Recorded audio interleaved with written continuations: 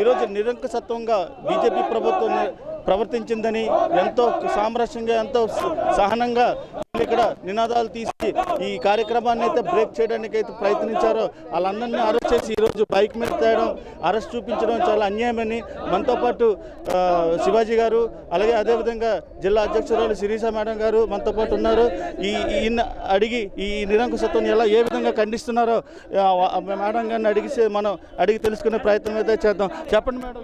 ఈరోజు అధికారం కేంద్రం చేతిలో ఉన్నందుకు అరెస్టు చేయొచ్చండి, కానీ ఆంధ్ర రాష్ట్రంలో మోడీ గారు కానీ అమిత్ షా గారు కానీ ఏ ప్రాంతానికి వెళ్ళినా ప్రతి తెలుగువాడి నిరసన ఈ విధంగా ఇంతకన్నా ఎక్కువగా ఉండబోతుంది.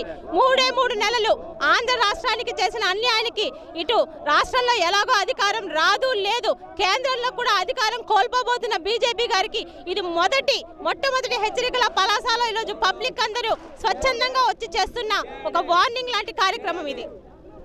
సార్, మీరు ఈ నిరసనకి మీరు ఏ విధంగా స్పందిస్తున్నారు సార్? కొద్దిగా ప్రజల దృష్టి ఇంతసేపు ప్రజలు శాంతియుతంగా సానుకూలంగా స్పందించినప్పుడు ఇంత నిరంకుశత్వంగా ప్రవర్తించదని మీరు ఏ విధంగా ఖండిస్తున్నారు? తీవ్రంగా ఖండిస్తున్నానండి. ఇది వాళ్ళ తాలూకా నిరంకుశత్వానికి పరాకాష్ట. ఈరోజు వాళ్ళు చూస్తున్నది అంటే బీజేపీ అమిత్ షా చూస్తే కేవలం ప్రారంభం మాత్రమే. అప్పుడు ఇంకా తీవ్ర స్థాయిలోని ప్రజల యొక్క స్పందన. మేము కూడా ఈనాటి నిరసనకి మేము కూడా ఏమి పిలుపు ఇవ్వలేదు. ఉదయమే ఒకసారి కొంతమందికి ఫోన్లు చేయడం జరిగింది. మేము నిన్న మొన్నటి నుంచే కానీ దీనికి ఉత్సాహంగా మేము చేసి ఉంటే ఇంకా భారీ సంఖ్యలోనే వచ్చి ఉండేవారు.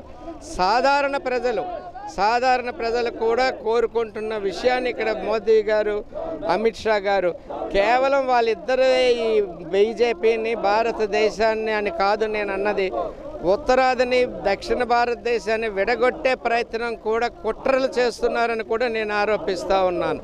కాబట్టి మా ఈ నిరసన అన్నది ముందు ఆంధ్రప్రదేశ్ అంతా ఏదైతే బస్సు యాత్ర అంటున్నాడో ఆయన అంతా విస్తరింప చేసి ఇంకా మరింత ఆయన చేదు అనుభవాలు చూస్తాడని ఈ సందర్భంగా నేను తెలియజేస్తున్నాను. ప్రవర్తించి ఇక్కడ అరెస్టులు అయితే చాలా దారుణంగా చేశారని మనతో పాటు శివాజీ గారు అయితే తెలియపరిచారు.